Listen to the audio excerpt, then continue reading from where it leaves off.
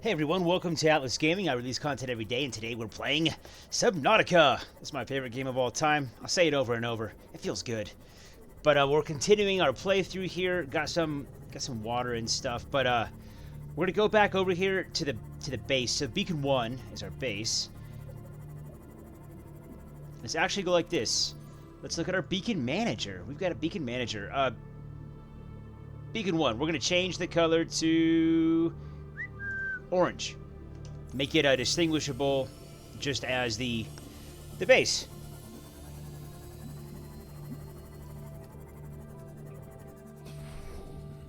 And we'll come over here, and this is something that I wanted to do before. This is going to be, I don't know, home base. And now, whenever we see it, it'll say home base, just like that.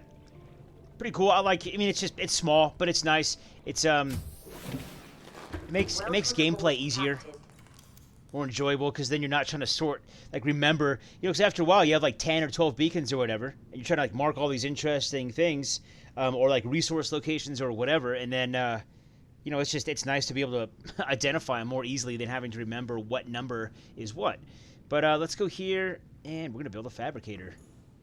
Boop. And I decided to keep all the components. In the last video that I made of this game, I was talking, or I realized that I could deconstruct the components from the life pod and use those components elsewhere. But how far away is that thing? Let's see. It is I almost had it.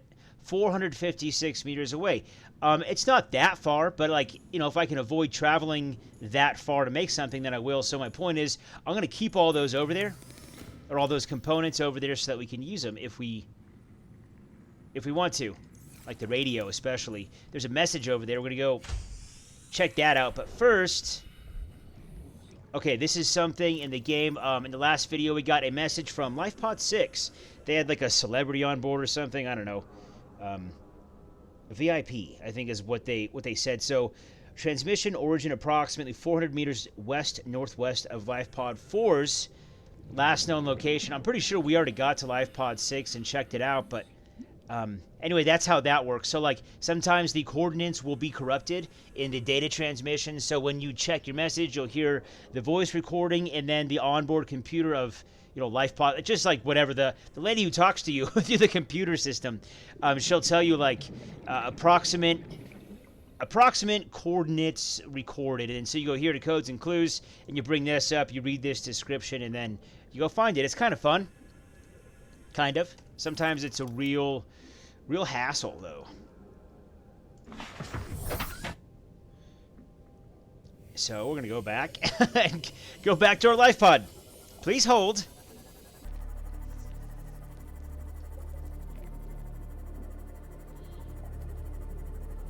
Really cool world that they created.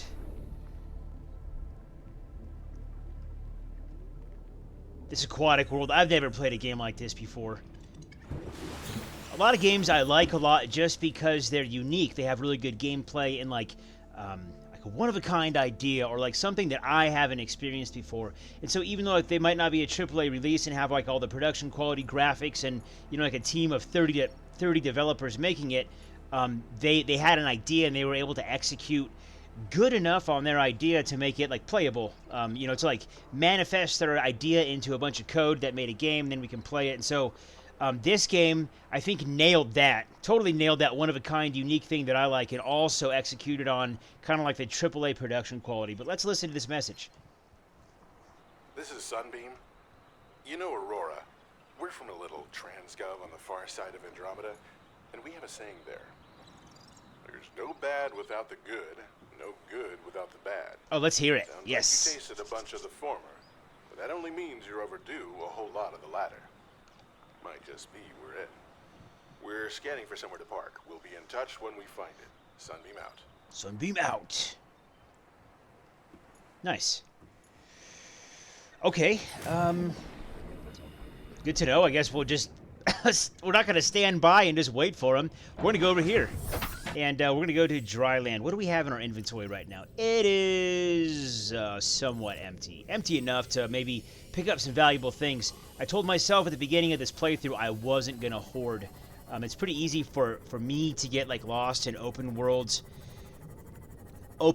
games where there's crafting and resource collection. It's pretty easy for me to get lost in like just going around and like getting all the different resources, and I don't know, it's just fun. I don't know, it's fun to me, especially in a world like this where like I was talking about, it's so unique. But this is gonna take a minute. Speaking of unique open worlds, yeah, here's one of those things.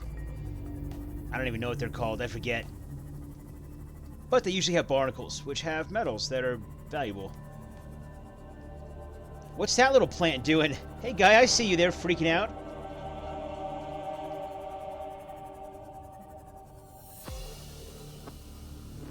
I don't see any barnacles, though. They're usually really obvious. Oh, no, there's one. Right next to the tiger grass. Son of a gun. Might take some damage here. You can see it shooting at us. Or, like, is it going to throw up? What is it doing? Okay. I'm not going to wait and find out. Another one? No. Wait, what's that? That looks like one. Yup. They usually have two. Sometimes three. Yeah, give me that copper. Oh, I could scan something there. Anything else? I thought I got all the stuff that grows on these backs. What's that? A rogue cradle. Is it like for cradling rogues, or is it some like vigilante cradle that can't be controlled?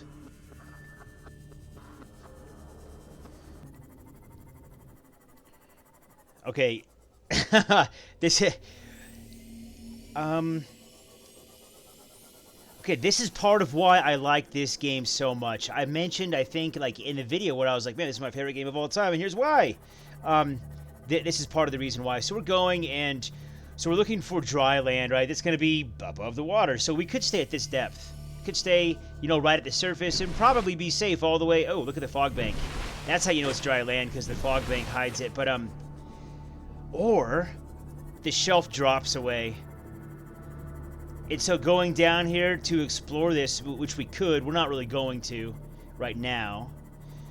But, oh, we got a message. But there's just like a whole, I don't know, string of emotions that are elicited in me, like in this kind of stuff. I mean, like, look at this. It just drops off. What's down there? We don't know. We can't see it. As we get deeper and deeper, it's darker and darker. We're further away from the surface, which I think naturally, just as humans, we find comfort in that, right? Being like near the surface where the sunlight is, we can see. Yeah, like, I don't know. I just kind of went off on a tangent there, but that's why I like this game. That's the main reason that I like this game so much. Is no other game has elicited the same emotions in me as this one. And yeah, you know, you can think about it rationally, like, oh yeah, it's just a game. You know, like, don't feel those things. Don't feel that anxiety or anything. But you just can't help it. And not to mention, it's fun. It's fun to have those feelings. Actually, I recommended this game to my friend, and he played it. He beat it. And that was like the main thing he said was like, man, this game just makes me so anxious. I have so much anxiety when I play this game, and that's why. But anyway. Integrating new PDA data. Picking up multiple energy signatures on the island's surface. Okay.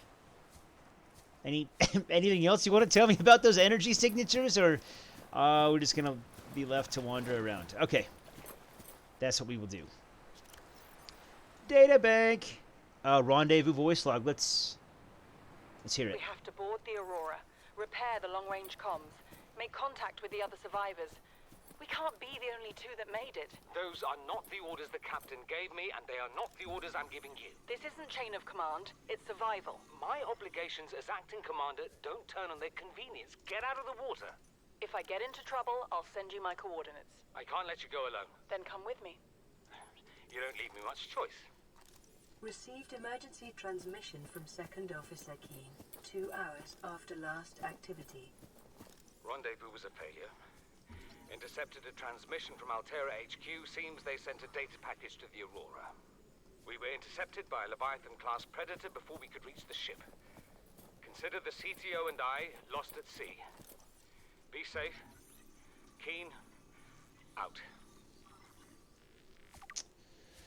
Well, shucks. We're, with the Bobo tree... I let the transmission play, but I didn't listen to it. I'm just going to be frank. I was looking at the survival mechanics in the bottom left, like the little gauges. We're going to need some food and water. And, okay, so I've played this game before, and I remember, like, being in this position on the island and, like, wanting to explore more. And then I'm like, oh, man, but I should go back. But, oh, no, just a little bit more. You know, like, I need to see what else there is. And then I ended up finding some plants here that, like, just gave a tremendous amount of food and water for, like, each thing that you ate. So we're going to look for that and hope we find it before the clock runs out.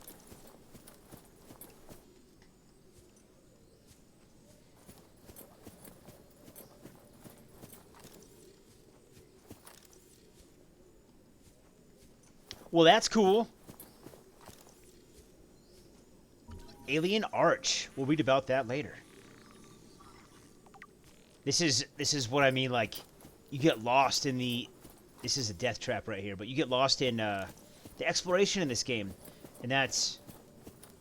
Yeah, that ties into the main reason that I like it is the emotions, like the curiosity. I guess if that's an emotion.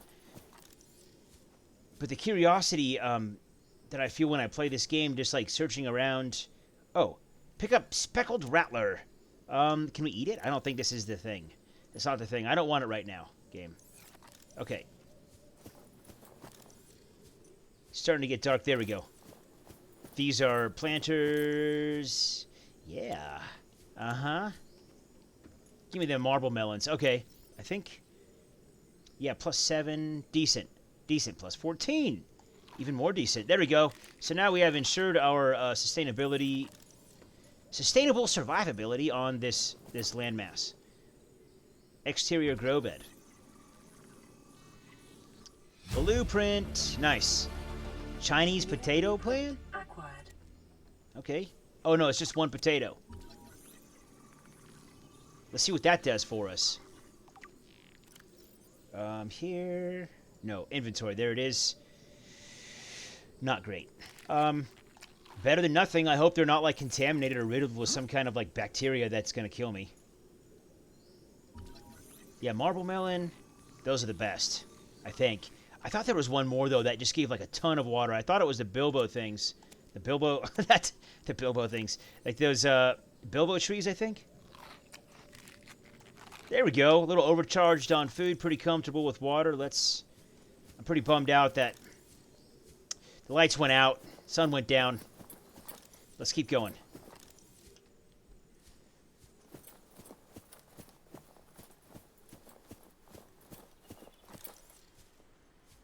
Did you see it? Did you see it? That's what I'm talking about. Right up there. Right on top of that hill. That's where we're going to go, hopefully. It's pretty easy to get lost on this island.